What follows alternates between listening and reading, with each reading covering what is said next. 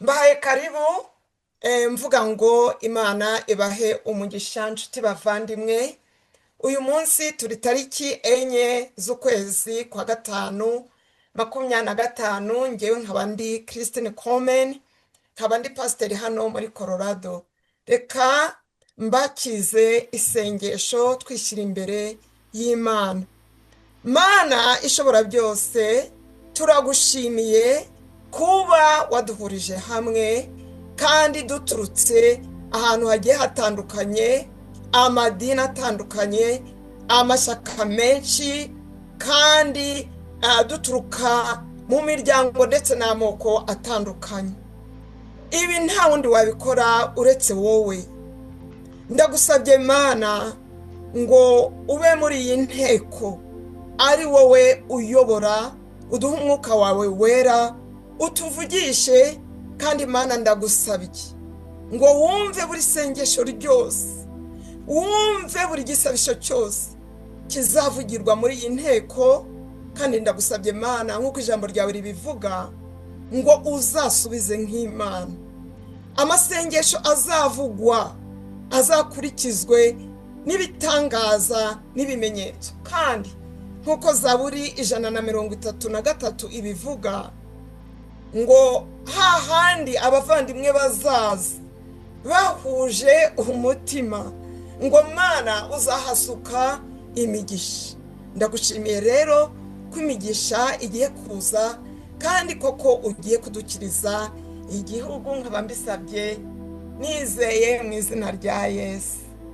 Ndanezerewe bavandimwe kuba ndi kumwe namwe, kandi mfashe umwanya wo gushimira abaduteze amatwi bose. Mfashe umwanya wo gushimira abayobozi bari hano benshi cyane. Muraza kubona umwanya wo kubamenya. Ndashaka gushimira impirimbanyi n'abantu bose mufata iya mbere mukajya kuri za YouTube mukavugira abanyarwanda. Ndashaka gushimira kandi RBB Radio de Grand Lac. Ndashaka gushimira kandi abashyitsi baturutse i Burayi, ndetse hari n'abashyitsi baturutse mu Rwanda, barimo uriya muvandimwe wacu dukunda cyane Ingabire Victoire Umuhoza. Ubwo rero mwese muhawe karibu. Nshaka no gushimira ariko n'abagenzi banjye bo muri MRD kuko bahawe gusa ibyumweru 2 kugira ngo bakore iyi myiteguro itugejeje ahangaho uyu munsi. Ndabashimiye mbikuye ku mutima, Imana ibampera umugisha. Ubwo rero ndangije gushimira, niba harabo nibagiwe mu mbabarire, ariko nagira ngo mfate iminota 2 mbabwire yuko iki gikorwa rwose n'Imana yagikoze. Imana idushyize ku mutima ko igihe kigeze ko twese tuza tukaba umwe tugahura. Ni ukuri ni ubwa mbere igikorwa nk'iki cyaba muri diaspora y'Abanyarwanda, ubwo abopoza bose baza hamwe tutitaye ku mashyaka n'amadini n'ubwoko, bakaza ku bwinshi. Kubera iki twakoze ibi ngibi? Kubera yuko dufite igihugu kimwe, dufite Imana imwe. Ubwo rero tukaba turi n'ubwoko bumwe, n'ukuri bw'Abanyarwanda, abana b'Imana. Ubwo rero ndabashimiye cyane. Iki gikorwa n'Imana yagitangiye, kandi n'ukuri bizarangira u Rwanda rwongeye guturwa umwami Yesu Kristo, u Rwanda rwongeye kuba u Rwanda rw'Imana. Amahoro azagaruka. Ijambo turaza kubwirwa uyu munsi ritwemeza ko Imana izaza igakiza igihugu. Ubwo rero viziyo y'ibi ngibi ni ubumwe bwatangiye, ubumwe bwatangiye mu Banyarwanda, kuko twese dusangiye Imana. Singiye kwizimba mu magambo, ariko nshaka kongera gushimangira yuko ntidushobora guha Abanyarwanda ubumwe, ariko twebwe muri diaspora tudashobora no guhura ngo tuganire, ngo duhure mu nama ndetse tunasengere hamwe. Ntabwo dushobora guha Abanyarwanda gukira ndetse no kubabarira, ariko natwe ubwacu hanze tudahura nka gutya ngo dusabane, ngo tunababarirane. Ibi rero biri kwerekana yuko Abanyarwanda batangiye kubumwe. Ubwo rero ntizimbye mu magambo, reka nongere nshimire ambasaderi, kandi nawe mubwire ngo naze atwakire, kuko iyi ni inzu ye, iyi ni saro ye rwose. Naze abampere karibu. Murakoze.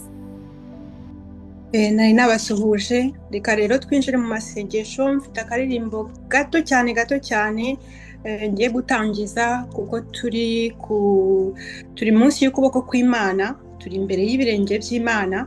Twaje hano kugira ngo twiyegereze Imana. Ni indirimbo iri mu gitabo, abajya basoma ibitabo by'indirimbo bazayisangamo. Ni indirimbo y'120 yo guhamya.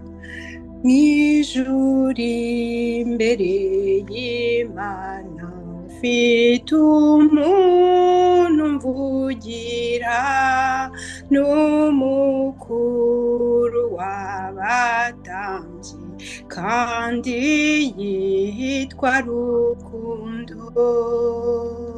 Mpamya izina ryanjye riri ku mutima we, ubwamvugira nta mwanzi wamunyirukanaho. Haleluya, haleluya, haleluya. Mana, iyi ndirimbo ikitangira iravuga urukundo rwawe, iravuga ko turi abana bawe, iravuga ko uri umuvugizi wacu, iravuga ko uri umucamanza, iravuga ko tu es un Dieu de justice, iravuga yuko ukidukunda, ko utadukuyeho amaboko.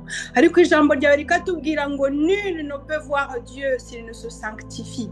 Nuko Mana, tuje imbere yawe tugira ngo twimbure amasengesho abavandimwe, abo tuzi nabo tutari tuzi bahuriyeho, ariko buri wese aje arepresenta itsinda ry'Abanyarwanda.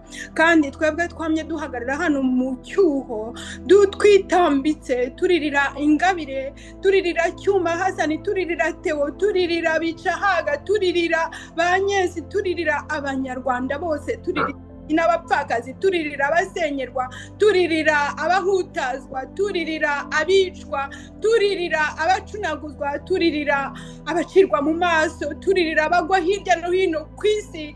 twabaye abagwa kirari Mana, ariko ntabwo ibyo ubyemera kuko utemeye ko Abisirayeli bagwa ikirari muri Egiputa. Haleluya. Nuko mwami tugarutse kugira ngo tubanze twihane ibyaha by'ubwicanyi abanyarwanda babayemo, twihane icyaha cyo kubeshya, icyaha cyo kuyobozwa ikinyoma. Niwe wabivuze Yesu, uravuga ngo se w'abanyakinyoma ngo ni Satani, ngo niwe se w'abanyakinyoma, niwe se w'ababeshyi. Abanyarwanda imyaka 30 irashize ndetse inarenga bayobozwa ikinyoma. Nuko Mana tuje kwihana kubw'amaraso yamenetse ku butaka bw'u Rwanda bikarubyarira umuvumo. Tuje mwami kwihana duhagaze mu cyuho, duhagaze kuko buri wese afite abantu yaje ahagarariye, ariko mwami nge icyo wanyeretse ni ukuvuga ngo dufatane urunana, dufatane ibiganza, maze tuzenguruke igihugu cyose cy'u Rwanda mu buryo bw'umwuka nk'uko ubwoko bwawe bwazengurutse, maze iminara igasenyuka hariya Mana y'igitangaza i Babuloni. Nuko rero mwami icyaha cy'ibinyoma, icyaha cyo kwicana, icyaha cyo kwishyira hejuru, icyaha cyo kubeshya, icyaha cyo kuvangura amoko, kivangura turere, icyaha cyo kurebana ku mazuru, cyo kurebana ku masura, cyo kurebana ku buhagarike. Kandi ijambo ryawe ryaravuze ngo ni wowe waremye umuntu, ngo umurema mu ishusho ryawe, ngo umurema umukunze, ngo kandi urangije uravuga ngo ibi ni byiza, ngo hanyuma uwo muntu umurema kubw'icyubahiro cyawe. Ntabwo tuguhesha icyubahiro iyo twangana, ntabwo tuguhesha icyubahiro iyo tutitaye bamwe ku bandi. Nuko iri jambo ryari kongera kutubwira ngo umuntu utita ku muryango we, ngo celui qui ne s'occupe pas des siens, ngo celui qui ne se préoccupe pas des siens, ngo surtout ceux de sa famille, ngo il est pire qu'un infidèle. Mana dore aka kanya turaje, ntabwo turi kamara, ariko ni wowe gitangaza. Tuje mwami duciye bugufi imbere y'ibiganza byawe, munsi y'ibirenge byawe Mana. Turaje kuzuza za nzabya z'amarira kugira ngo mwami habonekeho amarira yo gusabira igihugu ngo ugikize kandi utabara abanyarwanda. Nuko mwami nkweretse buri umwe wese wabonetse ahangaha, nkweretse igihe buri wese yigomwe, nkweretse ubwitange bwa buri wese Mana, ngo nukuri nugabura imigisha buri wese abone au centuple. Sois béni, sois glorifié Seigneur, utuyobore muri aka kanya mu izina ryawe Yesu Kristo, amen. Haleluya, haleluya. Urakoze Beata muri icyo gikorwa cyo kutuyobora kwihana ibyaha bikorwa mu gihugu, bikorwa n'abanyarwanda. Ndashaka kubibutsa ko abari hano mwese ijambo rya Yohani 1:9, Yohani wa mbere 1:9 haravuga ngo nitwihana ibyaha byacu Imana ni indahemuka kandi Imana ni intabera mu kutubabarira ibyaha byacu no kutweza ikadukuraho ikibi cyose. Niba koko twihaniye Imana ikaba ikuye ibyo byaha ku banyarwanda, nukuri hari ibyiza bigiye kuza imbere. Ubwo rero amasengesho agiye gukomeza. Ubwo twemvise tugiye kwemvita Christine Mukamariko, reka mugire abavandimwe bacu bumva icyongereza cyangwa igifaransa. Right now we just finished to do the prayer of repentance. Now we are going to pray for unity and healing and all the good things that we want to see in our country. My sister, my beloved Christine Mukama. Mana ishobora byose, tuje imbere y'ubwiza bwawe kugira ngo tukwereke ikoraniro, kugira ngo dufatikanye nk'abavandimwe dusabira igihugu cyacu cy'u Rwanda, dusabira akarere kose ka Region de Grand Lac, Congo, Burundi, Tanzania na Uganda, ndetse n'isi yose muri rusange. Ariko by'umwihariko tuje kwereka opozisiyo Nyarwanda kugira ngo igire ubumwe kandi ibe urumuri. Kwitwa opozisiyo bye kwitwa icyaha, byeho kwitwa icyasha, ahubwo bigaragara nk'urumuri rumurikira benshi, rumurikira n'abategetsi bakomeye, rubera n'ijwi ba Rwanda rugufi. Reka rero twishyira imbere ya Nyagasani, izina ry'Imana Data na Mwana na Roho Mutagatifu, amen. Ngwino Roho Mutagatifu usanganye imitima yawe kwemera ukunde, ohereza roho wawe byose bibe bishya nisabone guhinduka. Dusabe Mana wamenyesha abakwemera roho mutagatifu, turagusaba kukirizwa nawe kundi bitunganye no kunogerwa nawe iteka kubwa Yesu Kristo umwami wacu. Amen. Nyagasani Imana, ni wowe wabwiye intumwa zawe uti mbasigiye amahoro, mbahaye amahoro yanjye. Basabye kuba umwe, kuko ikizamenyesha bose ko muri abanjye nuko mukundana. Aha hari urukundo n'umubano, Imana ihari. Mwami, tudafite urukundo ntabwo twaba turi kumwe. Tudafite urukundo ntiwaza hagati yacu. Tudafite urukundo ntacyo twaba turi cyo. Pawulo Mutagatifu yarabisobanuye ati naho navuga indimi z'amahanga nkavuga n'indimi zose z'abamarayika, ariko ndafite urukundo naba ndi inanga irangira cyangwa se ideberi bombo gutana. Ndakwinginze kugira ngo umanure roho wawe kuri aba bantu bose wahamagaye umunsi, abandi intore zawe, babura urumuri rw'abandi, ndetse isi yose ibirebereho imenye ko u Rwanda tutahindanye. Ntabwo twabaswe n'ububata bwo kwicana, ntabwo twabaswe n'ububata bwo kwangana, ahubwo Nyagasani uduha ubumwe, uduha urwo rukundo dushaka kugira ngo ube hagati yacu. Ndakwingize ngo muri aka kanya urebe abanyarwanda bose, abari mu gihugu imbere, abayobozi b'igihugu cyacu, aba opposition bose, twese tubumbire hamwe mu rukundo rwawe, maze udukiza akaga twatewe n'ibyaha twagukoreye. Tumaze kwihana ibyaha byose twagukoreye, mugenzi wanjye yabikoze, ariko none ubu turakwinginze dupfukamye n'amavi y'umutima wacu n'aya roho kugira ngo utwohereze roho wawe. Twohereze roho wawe aduha ubwo bumwe, aduha urwo rukundo, aduha izo mbabazi zo kubabarirana bamwe ku bandi, aduha izo mbabazi zo kwicisha bugufi, tumenye ko buri wese akeneye undi kugira ngo tugere ku ntsinzi utwifuriza. Nidutandukana nta tuzaba turi nka za nkoni batandukanije bashobora kuzivuna. Ndakwinginze rero Nyagasani kugira ngo muri uyu mwanya umuntu uri hano wese umwereke umuhamagaro we, umuntu uri hano wese umuha umumaro we agomba kumarira igihugu cy'u Rwanda n'abanyarwanda ndetse n'isi yose muri rusange, aba umuntu mwiza yihana ibyaha byose yakoze, kandi tuba imbaraga za opozisiyo muri byose n'ahantu hose. Nkwinginze nk'umukobwa wa Bikira Mariya uturuka ikibeho, ubwo Bikira Mariya duhaga ubutumwa tubwira ati bana banjye mukundane. Ndakwinginze ngo uduhe urwo rukundo mama yadusabiye ubwa Yesu Kristo umwami wanjye. Amen. Ku izina ry'Imana Data na Mwana na Roho Mutagatifu. Amina.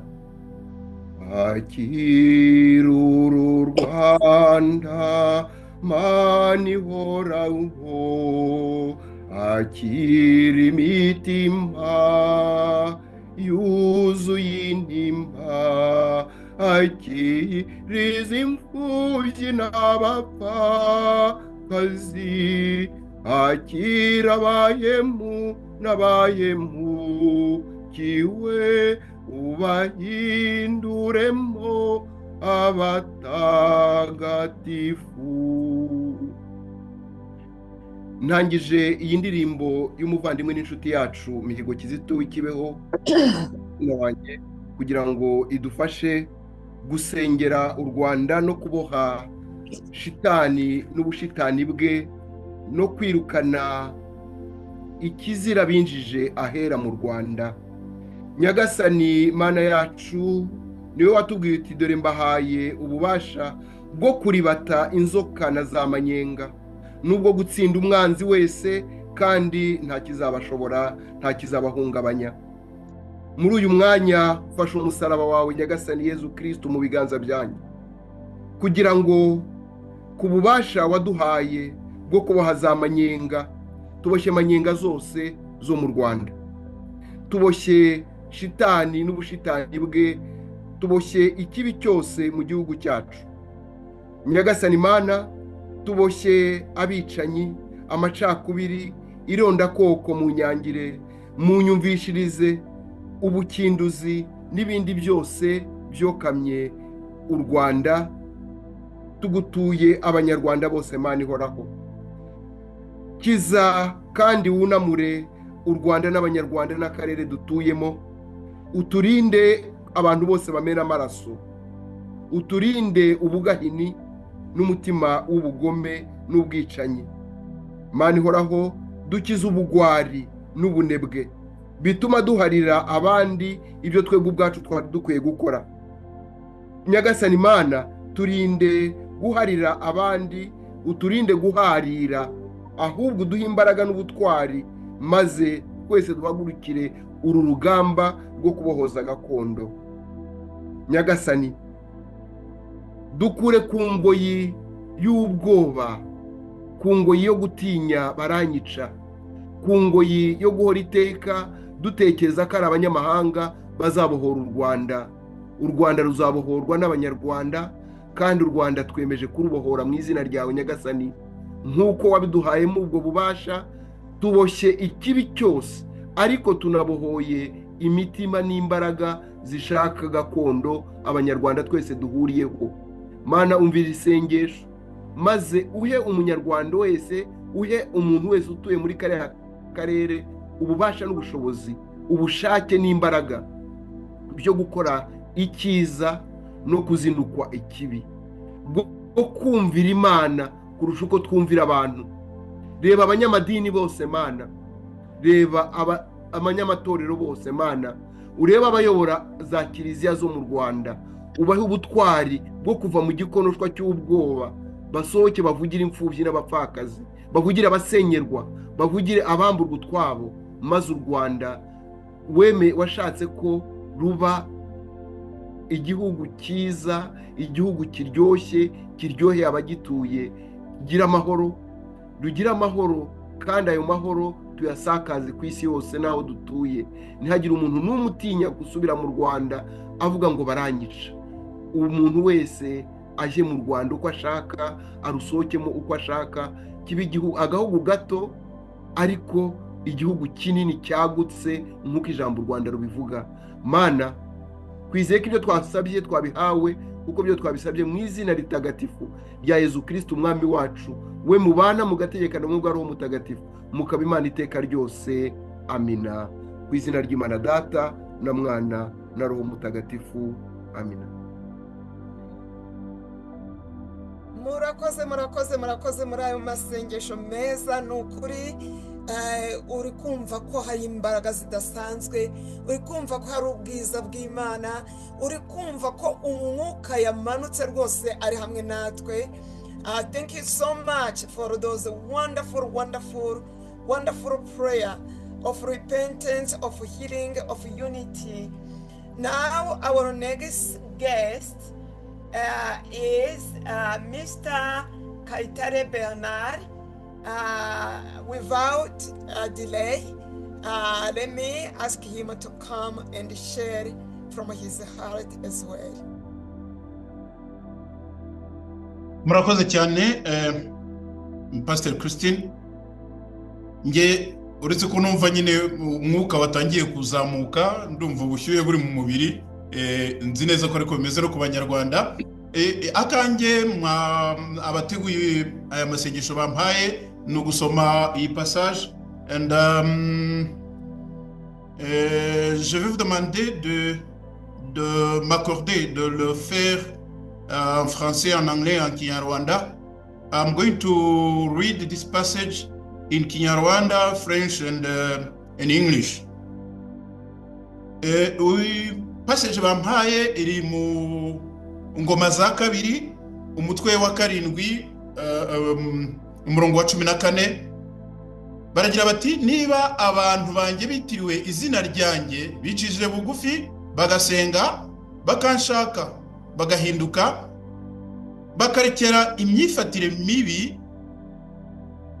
imyifatire mibi, nanjye nzabumva ndi mu ijuru, mbababarire ibyaha byabo, nkize igihugu cyabo.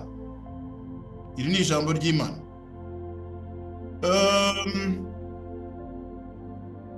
Je passe tout de suite en français. 2 Chroniques, chapitre 7, verset 14.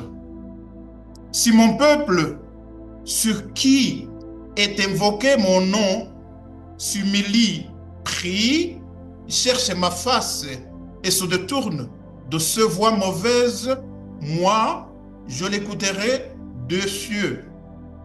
Je pardonnerai son péché et je guérirai son pays. Parole de Dieu. En anglais,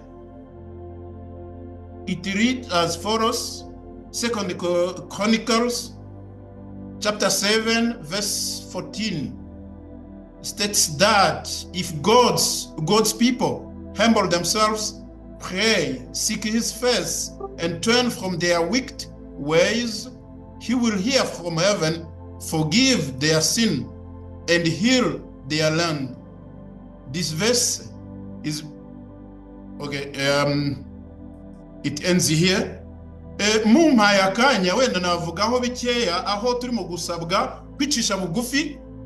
Ibi bisaba kwemera ko abantu b'Imana bakeneye no kubuyoboka ububasha bwayo kuko nyine ni Imana. Tugomba no gusenga. Ibi bisobanura ko gushaka Imana byibitse, kugaragaza ibyo bakeneye n'ibyo bifuza, no kwizera bizana igisubizo cyayo. Hanyuma tunasabwa kandi gushaka uruhanga rw'Imana. Ibi bisobanura icyifuzo cyo kumenya ubushake bw'Imana n'inzira zayo, kuba mu mubano nayo, no kubaho ukurikije amahame y'Imana. Kureka inzira mbi. Ibi bisaba guhinduka by'ukuri, tugasezera ku myitwarire y'icyaha, kandi bigahindura ubuzima bwacu bukajyana n'amahame y'Imana yacu. Igisubizo cy'Imana kirimo kumva amasengesho y'abana bayo, kubabarira ibyaha no gukiza igihugu cyacu. Mu by'ukuri nta nubwo navuga ko ari igisubizo, ahubwo navuga ngo ni isezerano ry'Imana.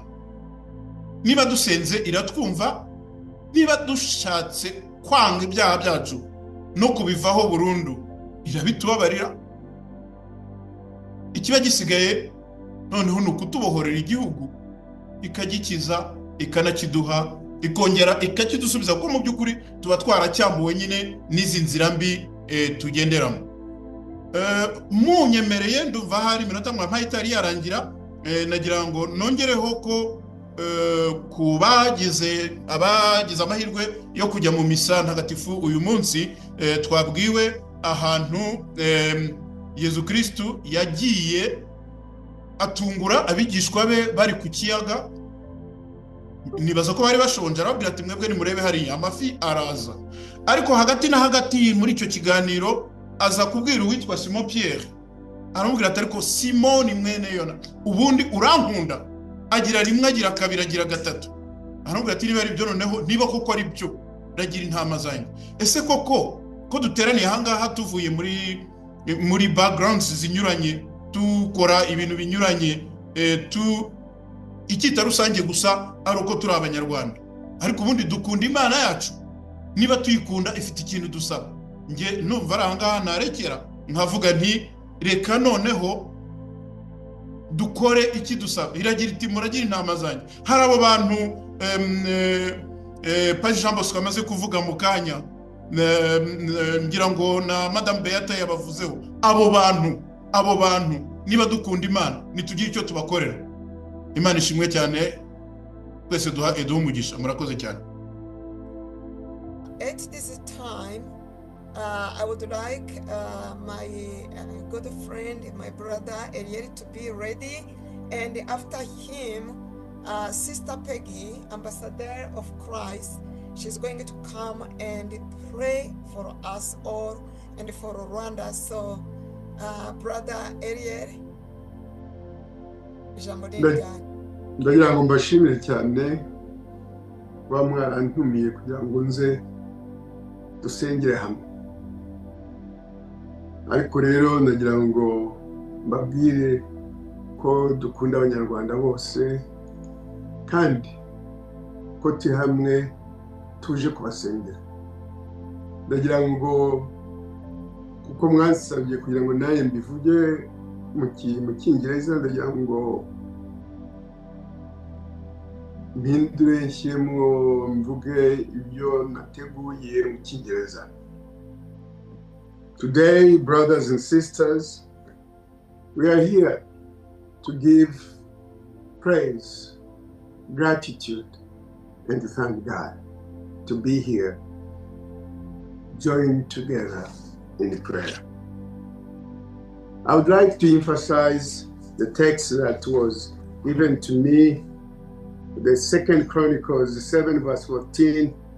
If my people, which are called by my name, shall humble themselves and pray and seek my face and turn their wicked ways, then will I hear from heaven and will forgive their sins and will heal their land. Brothers and sisters in Christ, we have disobeyed God for many, many years, beginning in the Garden of Eden. When our parents, Adam and Eve, sinned, we inherited that character. We inherited iniquity. That means our nature is to sin unless we accept Jesus Christ. The people of God also continue to sin and continue their wicked days. In the time of Noah, God gave them time to repent. For 120 years, Noah was preaching daily about the impending flood, which eventually destroyed them, except the family of Noah. Let alone the descendants of Noah disobeyed God and continued in their wicked ways. One of the Noah descendants, named Nimrod, the great warrior, the great hunter, built an empire, built multiple cities. He is well known to have started building the Tower of Babel in disobedience of God. They became rebellious. Then God confused their languages. They could not communicate. Consequently, many nations, multiple languages were born from that time. But God continued to love us. He called on Abraham. The descendants of Abraham, Isaac and Jacob, became the nation of Israel.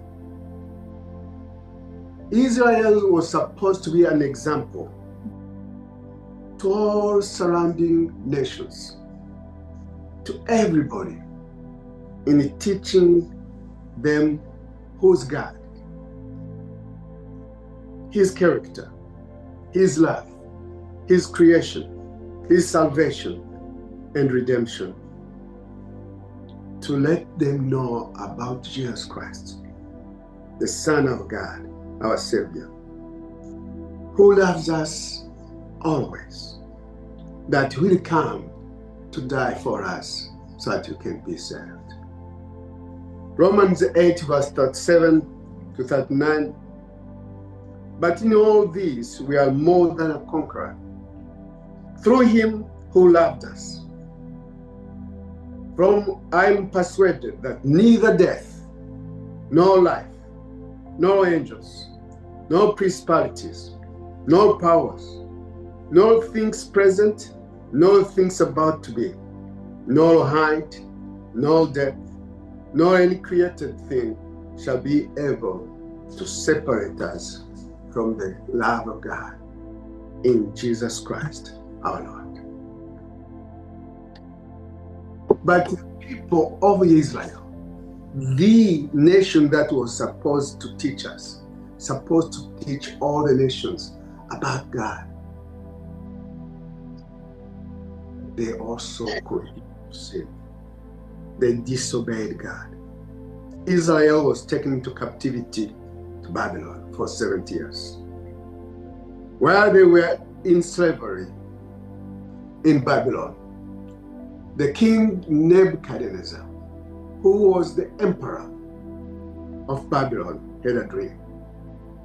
The dream is well written in Daniel chapter 2 and Daniel chapter 7.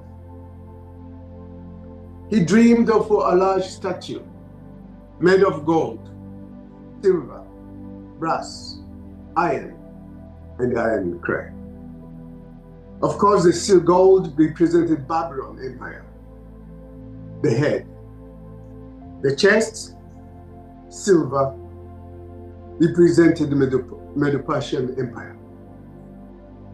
The abdomen, which was brass, represented the Empire of Greek. The legs, made of iron, represented the Roman Empire. The clay, the iron clay, the feet, we are living in that period. The iron and clay. Naturally, the iron clay can never be bonded. Therefore, there will never be another empire again. But our Lord Jesus Christ, our Savior, the Son of God, came to this earth to die for us. He came at the time of the Roman Empire. He was crucified at the cross so that you and me can have eternal life. He sacrificed his life so that we can all be saved. I would like to read in Jeremiah 29 verse 11, "For I have known the thoughts that I'm thinking towards you, says the Lord. The thought of peace and not of evil, to give to you prosperity and hope." God has continued to love us throughout the centuries since creation. Proverbs 3 verse 5, "Trust in the Lord with all thine heart, and lean not into thine own understanding." Remember, brothers and sisters, God is always with us, every day. Psalms 50 verse 15, he reminds us, "When you are in trouble, call on me the day of trouble. I'll deliver you, and you shall glorify me." When we suffer, God suffers also. He feels it more than ourselves. The Lord loves us so much, and we know it. In John 3 verse 16, "For God so loved the world, that he gave his only begotten Son, that whosoever believes in him shall not perish, but obtain eternal life." What a wonderful thought. What a wonderful text. We are assured of everlasting life if we believe in him. The question today is, what shall we do? The answer is found in Jeremiah 3 verse 3. "Call unto me, and I will answer you, and show you great and mighty things that you don't know yet." Yes, God will answer us again, and God emphasizes his love to us. And he'll continue to say, "I love you, my special children." Jeremiah 17 verse 7 to 8, "Blessed is the man that trusts in the Lord, and whose hope the Lord is. For he shall be as tree planted by the waters, and that spreadeth out her roots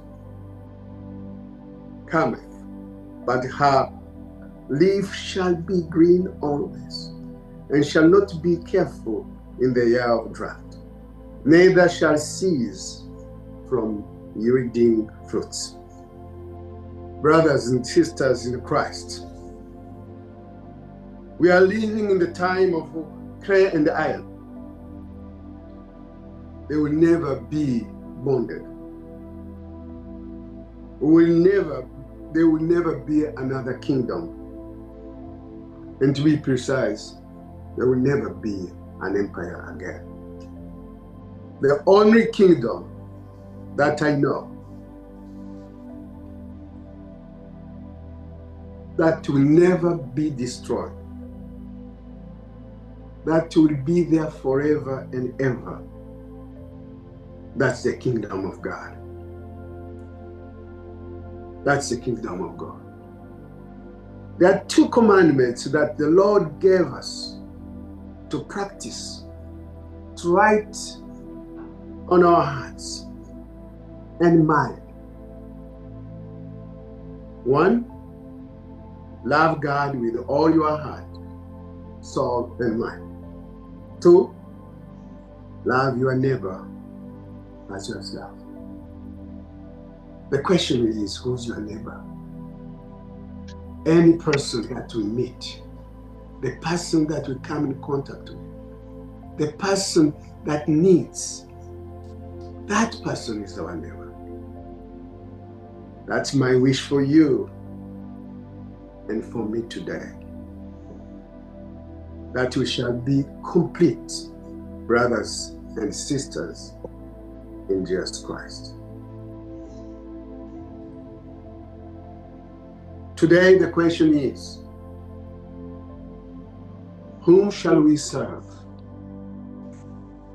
As for me and my family, we shall serve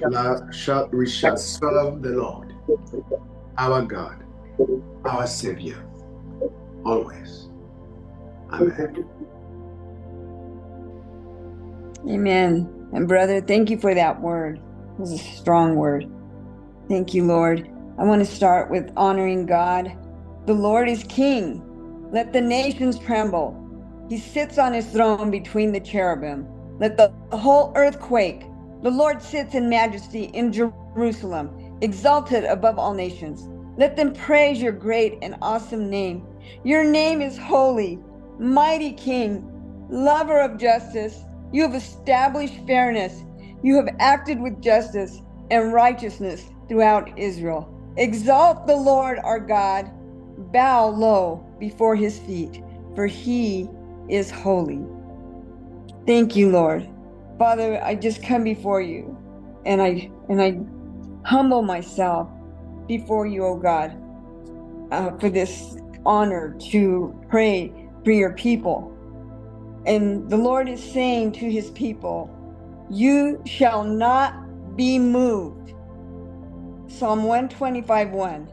They that trust in the Lord shall be as Mount Zion, which cannot be removed, but abideth forever. And the Lord was saying that King Hezekiah trusted in God. And in 2 Kings 18:5-7 has this to say about Hezekiah. He trusted in the Lord God of Israel, so that after him was none like him among the kings of Judah, nor any that were before him. For he clave to the Lord and departed not from following him, but kept his commandments, which the Lord God commanded Moses, and the Lord was with him, and he prospered him wheresoever he went forth. And these things, when you trust in God's divine trust, this is what the Lord seen in King Hezekiah. Cleave to God and hold firm. Do not backslide. Hezekiah did not stop following God. He did not depart from the faith. He kept the commandments of God. And with this is the blessings that followed. God was with him. God is with us. And the enemy cannot overcome you. The Lord prospered him in all areas of his life. The Lord gave victory over the Assyrians, just as he will give you victory over every satanic bombardment and boasting. Hezekiah did not remove his focus from God. And eventually, an angel will come and destroy this evil army in Rwanda. Thank you, Father. Lord, give them power to embrace their enemies. Father God, Lord, choose a miracle for the Rwandans every day of their lives, Lord. Lord, speak your word of power into their situation. Lord, deliver them from the mouth of the lion. Lord, remove their life from anything that will make them miss the rapture. And Lord, empower them to dwell in safety. Lord, bring them help from above and disgrace their oppressors. Father, paralyze every satanic opposition to their progress. In Jesus' name. Let all the dragons shall be disgraced in the name of Jesus. We destroy the works of the destroyer upon their lives in Jesus' name. Every serpentine and scorpion power militating against their life be disgraced in the name of Jesus. Father, let their spiritual strength, sapped by the serpent, receive divine touch of God and restore them unto you in the name of Jesus. And you, serpent, loose your grip upon their spiritual strength in the name of Jesus. And I have Psalm 62. I wait quietly before God, for my victory comes from him. He alone is my rock and my salvation, my fortress, where I will never be shaken. He alone is my rock and my salvation. My fortress will I not be shaken. My victory and honor come from God alone. He is my refuge, and where no enemy can reach me. Oh, people, trust in him at all times. Pour out your heart to him, for God is our refuge. God has spoken plainly, and I have heard it many times. Power, O God, excuse me, belongs to you. Unfailing love, O Lord, is yours. Surely you will repay all people according to what they have done. And Lord, I decree and declare today, Psalm 140. Lord, rescue your people from the evil people. Protect them for those who are violent, those who plot evil in their hearts and stir up trouble all day long. Their tongues sting like a snake. The venom of a viper drips from their lips. O Lord, keep us out of the hands of the wicked. Protect us from those who are violent, for they are plotting against us. The proud have set a trap to catch us. They have stretched out a net. They have placed traps all along the way. But we say to the Lord, you are my God. Listen, O Lord, to our cries for mercy. O sovereign Lord, from the strong one who rescued us, you protected us in the day of battle. Lord, do not let evil people have their way. Do not let their evil schemes succeed, for they will be proud. Let our enemies be destroyed by the very evil they have planned for us. Let burning coals fall down on their heads. Let them be thrown into the fire or into watery pits from which they can't escape. Don't let liars prosper in our land, O Lord. Cause great disasters to fall on the violent. But I know the Lord will help those they persecute. He will give justice to the poor. Surely righteous people are praising your name, and the godly will live in your presence. I look to you for help, O sovereign Lord. You are our refuge. Don't let them kill us. Keep them from the traps they have set for us, from the snares of those who do wrong. Let the wicked fall into their own nets, but let us escape. And then I pray to you, O Lord. I say, you are my place of refuge. You are all I really want in life. Hear our cries, for we are very low. Rescue us from our persecutors, for they are too strong for us. Bring us out of prison, so we thank you, O God. The godly will crowd around us, for you are good to us. And hear our prayer, O Lord, and listen to our plea. Answer us, because you are faithful and righteous. In Jesus' mighty name I pray. Guronge navuga ngo mureke dusengere abambuwe ubutaka bwacu abambuwe gakondo yabo kugira ngo basubirane mu by'ukuri gakondo yabo kandi ubumwe bwacu busugire busagane nko bahoze hagati y'agahutu gatwana gatutsi. Ntago turi bene Kanyarwanda ahubwo turi bene gakondo, kuko bene Kanyarwanda nibo batugejeje ahabi, niko njyewe mbyumva. Murakoze rero, reka nkomeje ku ijambo ry'Imana nk'uko mwatangiye rero musenga. Njyewe wenda icyo ndi buvuge ni nko kwibutsa, Imana iravuga ngo ya ayuhannas, iravuga ihamagara abantu bose muri rusange ngo yemwe bantu, in kuntum fi raibin min ba'thi fa inna khalaqakum min turabi. Imana iti wenda reka nkomeze mu Kinyarwanda ko cyarabo cyatinda cyane. Imana iravuga iti yemwe bantu, niba mushidikanya kuzuka, niba mushidikanya ko muzazuka, ngo nimubanze mutekereze mu by'ukuri uko mwebwe mwaremwe, ngo mu by'ukuri ngo mwebwe mwaremwe mukomoye mu gitaka. Uwo ni umukurambere wacu Adamu waremwe akomowe hehe? Mu gitaka. Ngo hanyuma mwebwe mutubarema tubakomoye mu ntanga. Ngo hanyuma nyuma muri izo ntanga, ngo ziba amaraso, hanyuma ayo maraso ngo aba ikinyama gikomeye, tugiha ishusho, icyo kinyama tugiha ishusho. Ngo hanyuma ngo kugira ngo tubagaragarize ubushobozi bwacu. Ikinyama gihaye ishusho kugira ngo Imana tugaragarize ubushobozi bwayo. Ngo hanyuma ngo tunarekera muri nyababyeyi uwo dushaka. Murabizi ko bamwe muri nyababyeyi inda zimwe zivamo, ariko Imana ngo irekeramo abo iyo ishaka, ngo kugeza igihe cyagenwe, cya kindi nyine cy'amezi 9 mwese muzi. Ngo maze ngo tukabasohora muri nyababyeyi muri impinja, tukabasohora muri nyababyeyi muri impinja. Hanyuma ngo tukabakuza mugakura, mukaba abasore b'intarumikwa, mukabona ko muri abasore mukomeye cyane, ndetse mukabona ko nta n'icyababasha, ngo kugira ngo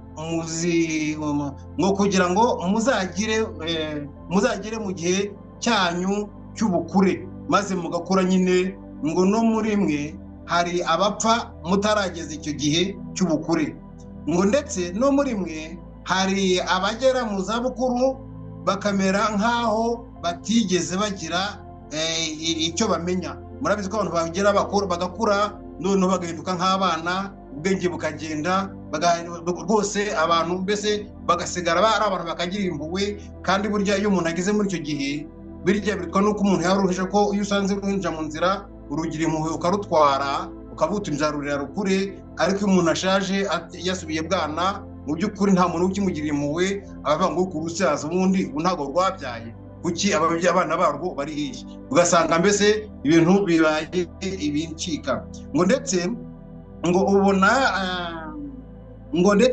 ubona ubutaka bwumagaye, maze ngo twabumenaho amazi tubugusheho imvura, ngo bugatohagira bukanyeganyega, ngo bukamera neza, ngo nuko ubwo butaka bukameraho imbuto. Mu by'ukuri iri jambo ni ijambo ribereka ko turi abantu twaremwe n'Imana imwe, kandi Imana nk'uko yabivuze irema ina khalaqnakum min dhakari wa untha, ngo twabaremye muri imbangikane abagabo n'abagore, ngo hanyuma tubacamo amoko ndetse n'amahanga anyuranye. Bityo ngo umwiza muri mwebwe ntago ari uko ari muremure kurusha abandi, nta nubwo ari umugufi kurusha abandi, nta nubwo ari uko afite amazuru manini kurusha abandi, nta nubwo afite amazuru matoya kurusha abandi, ahubwo umwiza muri mwebwe n'uzatinya Imana kurusha abandi. Uwo niwe mwiza muri mwebwe.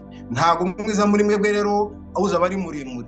Bityo nkababwira ngo mu by'ukuri gupfa amashusho ni ubuginga, ni ubugoryi, kubera ko twese twaravutse dusangana turi uko dusa. Uburebure mfite ntago nabuhisemo, ubugufi ufite ntabwo wabuhisemo. Nta muntu ukwiye kuziza undi uko ari, ntawe ukwiye kuziza undi uko yarimwe. Twese twarimwe mu ishusho imwe ya muntu bityo ituha amashusho yo ishaka, ntago twahisemo. Ni ngombwa rero kugira ngo twunge ubumwe, kugira ngo tugaruze gakondo yacu turi bamwe, nk'uko byahoze Gahutu, Gatwa na Gatutsi. Maze abadushuka batubwira ko bo baje kudukiza kandi baje kutwica, tubamagane.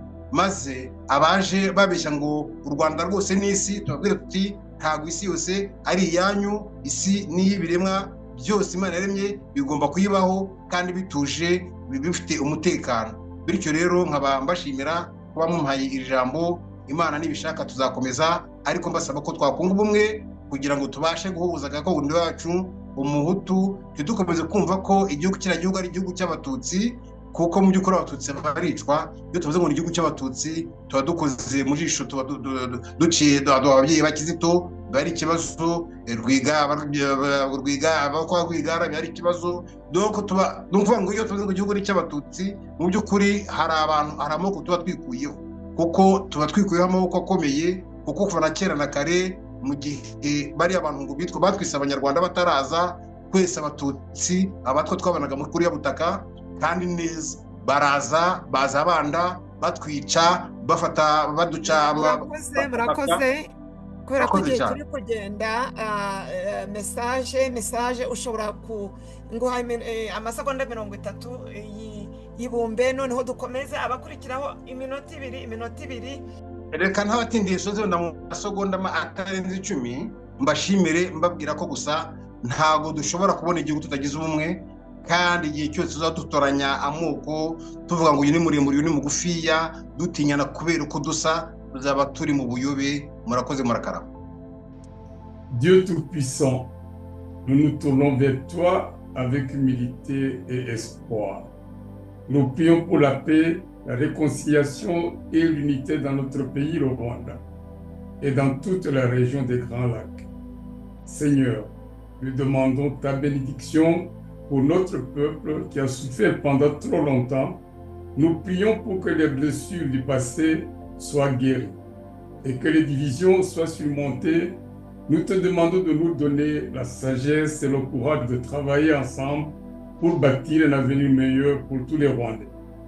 Nous prions pour que les leaders politiques, les organisations de la société civile et tous les citoyens puissent œuvrer ensemble pour promouvoir la paix, la justice et l'égalité.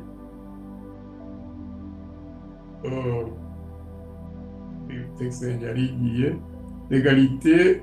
Nous prions également pour la stabilité régionale, pour que les pays de la région des Grands Lacs puissent vivre en paix et en harmonie les uns avec les autres. Nous demandons ta protection pour les réfugiés, les déplacés et tous ceux qui ont été touchés par les conflits. Nous te remercions pour les progrès que nous avons réalisés jusqu'à présent et nous te demandons de nous aider à poursuivre notre marche vers la paix, la réconciliation et l'unité.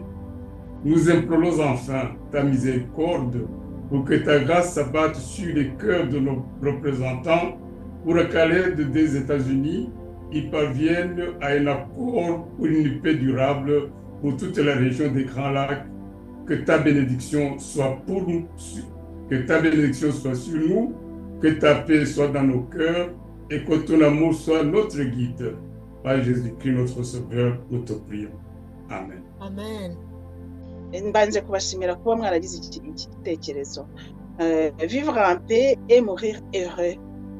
Voici le rêve de chaque Rwandais, mis en sous-titre par le livre de Kizito Mihigo, dont le titre est Embrasser la réconciliation, qui sera l'aboutissement de cette paix recherchée, qui elle-même doit passer par la justice. Cette justice qui sera possible uniquement à travers une vraie vérité. Duhora twifuza gutahiriza umugozi umwe kuko duhuje ikibazo, bityo tukaba tuzi neza ko igisubizo twifuza kugeraho tugihuje. Ubumenyi bunyuranye burakenewe, niyo mpamvu le respect dans la diversité idufitiye akamaro nk'uko mwabikoze hano. Twese turatandukanye, buri wese agira amaproje ye, ariko duhuje igitekerezo. Dushimire iki gitekerezo cyo guhuza imbaraga zose ziharanira gushaka amahoro mu Rwanda. Nta mahoro u Rwanda ruzagira impunzi z'ikinyanyagiye isi, nta mahoro u Rwanda ruzagira abana b'Abanyarwanda bakiri kuvukira mu mashyamba ya Kongo, nta mahoro u Rwanda ruzagira Abanyarwanda bakiri mu buzima bubi mu bihugu bitishoboye muri Afurika, nta mahoro u Rwanda ruzagira Abanyarwanda batarabona ubwisanzure mu nzego zose mu gihugu cyabo, nta mahoro abanyarwanda bazagira, nta mahoro u Rwanda ruzagira abanyarwanda bagihohoterwa mu gihugu cyabo ndetse no hanze yacyo mu buryo bwateguwe. C'est l'amour qui fait tout. Je cite encore Kizito. Lorsque l'amour manque, la paix n'est pas possible et l'humanité ne respire plus. Cherchons la paix. Kizito a choisi un nom. Le Rwanda réconcilié par le Christ. De là viendra la paix. Il n'y a pas de paix sans justice. Il n'y a pas de justice sans vérité. Prions donc pour la vérité, que notre histoire soit racontée en toute vérité. La vérité qui soit dure, qui soit facile, mais il doit être raconté en vérité. De là, le Rwanda retrouvera la santé, que la puissance divine nous vienne en aide. Donc, isengesho rero nakongeraho nugusaba Imana, nugusaba ishobora byose kugira ngo iduhe kuvugisha ukuri, ihe buri munyarwanda wese kuvugisha ukuri, ihe buri munyarwanda wese cyane cyane abana batoya batazi ibyabaye mu Rwanda, batazi amateka y'u Rwanda mabi twanyuzemo, ko bamenya ukuri uko ariko bagasoma bakabasha gutandukanya ikinyoma n'ukuri. Kandi Imana ihe imbaraga abayobozi bacu babayeho mu bwoba kugira ngo bagerageze muri ubwo bwoba bagira imbaraga zo kuvugisha ukuri, kugira ngo uko kuri kuzaduhe kubasha kugira ubutabera, ubwo butabera bushabashe kuduha amahoro, ayo mahoro azaduhe reconciliation, nuko tubashe kubana mu gihugu cyacu. Amen. Nongeye rero kugaruka, ariko kubera ko ari ugusoza nzi ko mfite igihe gitoya cyane, ndagira ngo gusa mbanze mbarotorera inzozi narose, birafata amasegonda makeya. Numvise mpatwa kubivuga nubwo nakomeje kugira intambara mu mutima, kuko muri iki gitondo nakangutse Pastor Coleman arimo kunyaha, kubera ko twaje muri aya masengesho, twabisengeye, tumaze igihe tubisengera tubizirikana, ariko njyewe ndi igikoresho cy'Imana. Iyo Imana ivuze nsubiramo, ibyo imbwiye kuvuga nkabivuga, hanyuma abantu bakabyumva cyangwa ntibabyumve, uko biri kose ntabwo bibibuza gusohora. Icyo nifuza rero nuko nkuko nabivuze, twebwe abantu baje muri aya materaniro twarabisengeye. Reka mbivuge kuko amasengesho arimo ararangira kandi harimo n'abazagaruka. Twarabisengeye, umuntu wese wageze aho ngaho nuko Imana yemeye ko ahagera. Utaje cyangwa se twatumiye ntaze, nuko Imana itashatse kwaza. Harimo benshi batagombaga kuza, bataje, abo Imana yatumye bose baje. Twaje à la sainte convocation. Ubwo rero mu gitondo nakangutse, nari ndimo mvuga kubera ko mwaje mumeze comme les 12 princes d'Israël, babandi Mose yohereje ngo nimugende murebe mu gihugu, cya gihugu cy'isezerano, ngo murebe. Barimo bakora tactique, bagiye ari nk'intasi. Noneho Mose yohereza umwe muri 12, hagaruka 2 gusa, bavuga ngo Imana niba iri kumwe natwe nta kizatubuza kubona ibyo yadusezeranyije. Ariko twebwe ntabwo turi abantu bagiye gushora intambara mu Rwanda, ahubwo ni abanyarwanda bifuza kuba mu mahoro, ni abanyarwanda bifuza gutsindishwa n'Imana, kubana mu mahoro mu Rwanda. Ni icyifuzo cyiza kuko Imana yacu ari urukundo kandi Imana yacu ari justice. Nge rero nakangutse numva, ariko simwe nabwiraga personnellement umwe kuri umwe ko nta nubwo benshi tuziranye, ahubwo nari ndimo mvuga ngo ni nka kuvuga ngo subirayo ubwira abo waje uhagarariye, subirayo ubwira abanyarwanda bo mu majyepfo, bo mu majyaruguru, bo hagati mu gihugu, abari hanze, subirayo babwire ngo nta rukundo mufite, ngo ntabwo muhuje.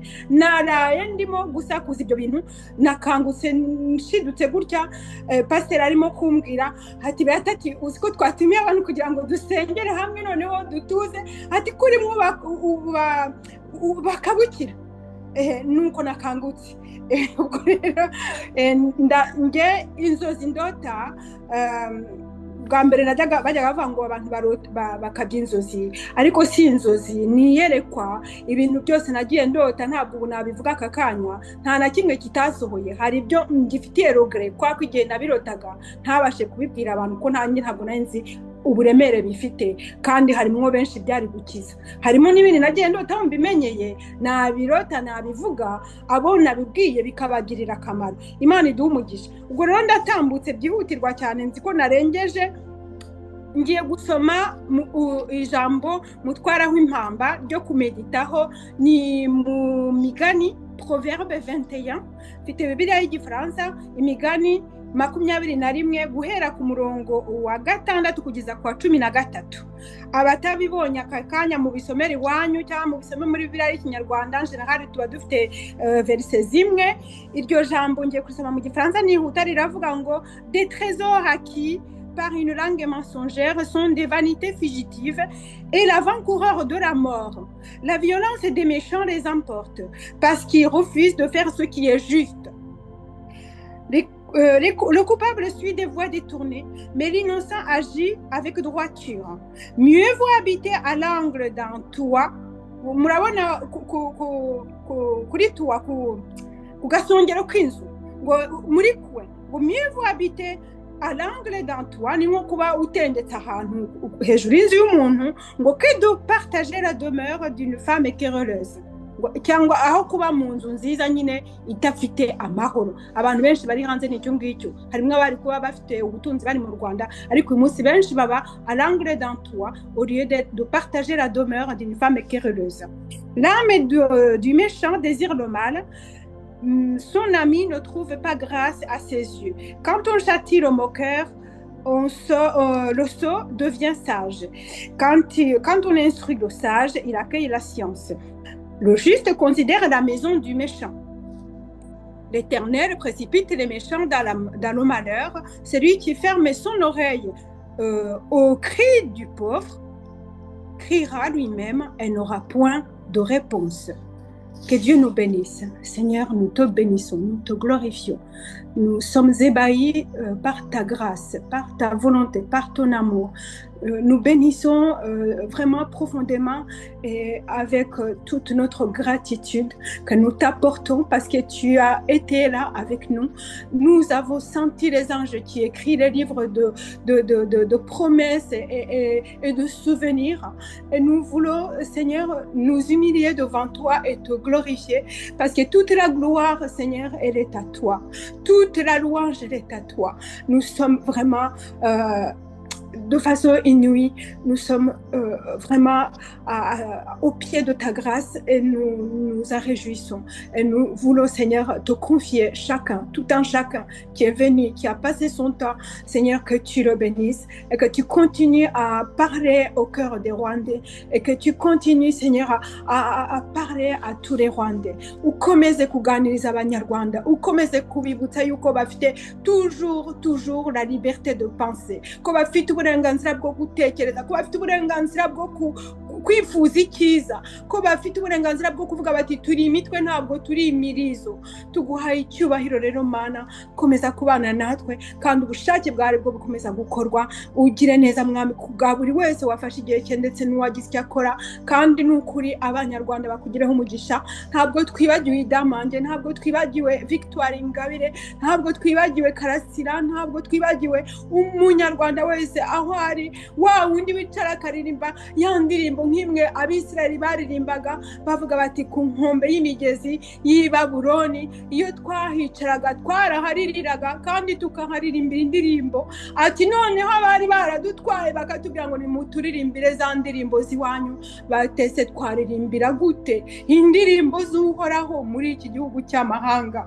Mana, nta muntu utifuza kugira gakondo, nta mwana utifuza kujya iwabo ngo yisige yisange. Uyu munsi nicyo twese twazindukiye kugira ngo Uwiteka wongere kutugirira neza, maze umunyarwanda ayongere kuba yajya mu gihugu cye naho atahatura ariko atikandagira, adashaka kugira ikindi yisanisha nacyo, ahubwo agene nk'umwana ugiye iwabo, ugenda agateta yarangiza agataha kandi akaba amahoro, akagubwa neza. Ababyeyi babyere ngo zabo baronke. Mana umugisha wawe uboneke mu Rwanda, mu kirere cy'u Rwanda haboneke umugisha wawe, ntihongere kuzamuka amadayimoni azamuka atumuka, za nyabingi zisenyerwe, za ryangombe zisenyerwe, kuko twagiriwe ubuntu tukamenya izina ry'Imana ihoraho yo mu ijuru, umwami wacu Yesu Kristo akatugenderera, akatwereka ubuntu bwe kandi akatwereka inzira imugana. Nuko Mana uyu munsi niwe twaganye, kandi mwami turakwiringiye, kandi mwami nkurindishije umuntu wese wageze aha. Mwami hari wavuga ati isura yanjye bayibonye bazi ukunsa, ariko Uwiteka ngo iyo turi kumwe nawe iziturinze zirusha ubwinshi, zirusha n'imbaraga iziduhiga. Tuguhaye icyubahiro rero, izina ryawe rishyirwe hejuru, mu izina ryawe Yesu Kristo, amen. Amen, amen, amen, amen. Banyarwanda, banyarwandakazi, bavandimwe, inshuti, twabikoze. Iki ni igikorwa cya mbere kuva twahunga, imyaka 30 irashize, ndetse kuri bamwe inasaga. N'ubwa mbere abantu bangana gutya baza hamwe kandi bakaza mu izina ry'Imana, baturutse mu migabane itandukanye, mu mashyaka atandukanye, amoko atandukanye, ariko twese turi umwe, twese amaraso atukura. Ndagira ngo mbabwire yuko mwakoze ugushaka kw'Imana. Buri munsi benshi muri twe turabisengera ngo Mana ugushaka kwawe gukorwe, ugushaka kw'Imana kwakozwe. Mwibuka rya jambo rivuga ngo nimusaba muzahabwa, nimukomanga muzafungurirwa, nimushakisha muzabona. Uyu munsi hari icyabaye gikomeye, namwe murumva ubwo bwiza nta bundi n'ubwiza bw'Imana buri muri twe. Nsoza ndagira ngo mbabwire yuko iri ni itangiriro ry'ibintu bikomeye, kuko Imana iranezerewe. Kuko rero Imana inezerewe, igiye kudufungurira imiryango. Hari ibikomeye byinshi bigiye gukurikira. Ntabwo twahuriye hano gusa kuri agisida nk'uko mugenzi wanjye yabivuze. Imana yarabyemeye ko uhaba, kandi wakoze kuza kwifatanya natwe. Reka rero dusoze tuvuga ngo tugiye kugendera mu bumwe. Amazina ari hano mwayabonye, reka tumenyane, reka duhane na nimero, dutangire tuvugane, dutangire duhure nk'uko Victoire yabitugiremo inama na Peter, ndetse duhure tuvuge mu bumwe. Bya bindi byanditswe mu itangiriro 11 umurongo wa 6 ngo Uwiteka aravuga ati dore aba rero ni ubwoko bumwe n'ururimi rumwe, n'ibyo bagambiriye byose gukora byose bazabigeraho, nta na kimwe kizabananira. Murakoze cyane. Nongere nshimire ambasaderi wafunguye saro yawe tukayikoresha. Iyi saro rwose ni saro nziza. Ndanasaba ko n'ubutaha iki gikorwa kibaye, iyo saro wakongera ukayidufungurira, kandi wenda who knows, hariho igihe twahura turi benshi kurushaho. Reka mbasabe ngo turambure ibiganza byacu, kuko Imana yanyemereye ko igiye kumanura imvura y'umugisha. Turataha twanyagiwe n'imvura y'umugisha. Nimwakire, kandi reka tugende mu rukundo no mu bumwe bw'Imana. Imana ibampere umugisha. Murakoze cyane kwitabira aya masengesho, Opposition Leaders Prayer. Iyi ni intangiriro ibikomeye bizakurikira, kandi tuzabibagezaho rwose mu gihe kitari icya kera. Murakoze, mugende mu mahoro y'Imana no muri iyo migisha y'Imana, mu izina ry'Imana Data na Mwana na Roho Mutagatifu. Murakoze.